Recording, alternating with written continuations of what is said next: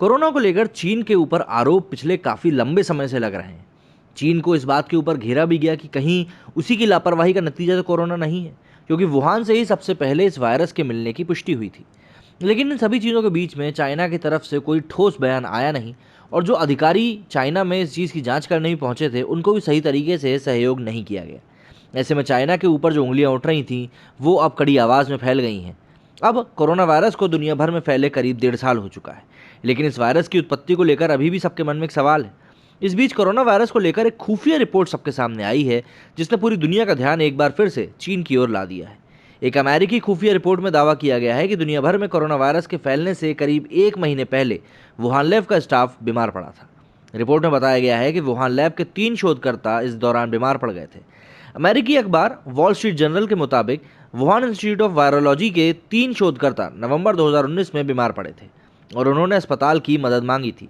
America की इस खुफिया रिपोर्ट में वुहान लैब के बीमार शोधकर्ताओं की संख्या, उनके बीमार पड़ने के समय और अस्पताल जाने से जुड़ी विस्तृत जानकारियां दी गई हैं। अमेरिका की ओर से जारी इस खुफिया रिपोर्ट के सामने आने के बाद उम्मीद जताई जा रही है कि ये खुफिया जानकारियां उस दावे की दोबारा जांच करेंगी और उसके बल भी देंगी जिसमें कहा गया था कि वुहान लैब से ही कोरोना वायरस फैलने की आशंका है।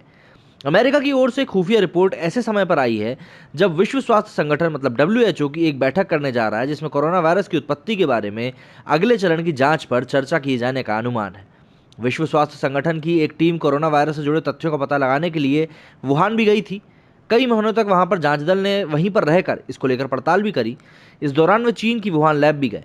इसके बाद WHO ने कहा कि ये सब साबित करने के लिए पर्याप्त तथ्य नहीं है कि कोरोना वायरस वुहान की लैब से ही दुनिया भर में फैला है।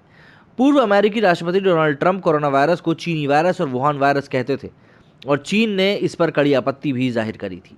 उन्होंने चीन पर जांच में विश्व स्वास्थ्य संगठन की टीम को पूरा सहयोग न देने और वुहान लैब से जुड़ी जानकारियां छिपाने के आरोप भी लगाए हैं। इससे पहले पता चला था कि चीन में मानव कोशिकाओं पर इस वायरस के असर को लेकर 2015 से प्रयोग चल रहे थे।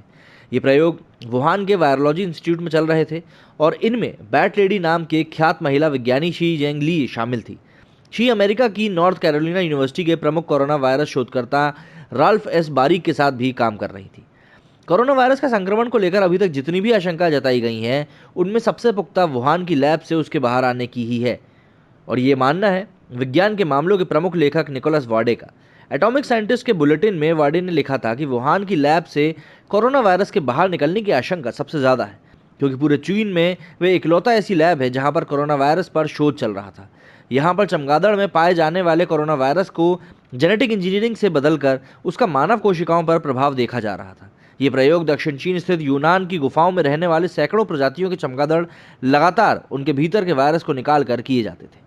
अब इस बात के बाहर आने के बाद से एक बार फिर से चाइना के ऊपर भी दबाव बढ़ेगा और WHO के ऊपर भी इस बात का दबाव बढ़ेगा कि वो चाइना की एक बार फिर से निष्पक्ष रूप से जांच कराए, क्योंकि WHO के ऊपर भी काफ़ी ज़्यादा आरोप लग चुके हैं कि वो चाइना की छवि को बचाने में लगा हुआ है। लेकिन एक बात तो तय है कि इस महामारी के जो उत्पत्ति है उसको पता लगाने के लिए कुछ कड़े कदम तो उठाने ही पड़ेंगे, अब चाहे वो चाइना के विरुद्ध ही क्यों ना हो। मेरे इस वीडियो में फिलहाल इतना ही। जय हिंद, जय भारत।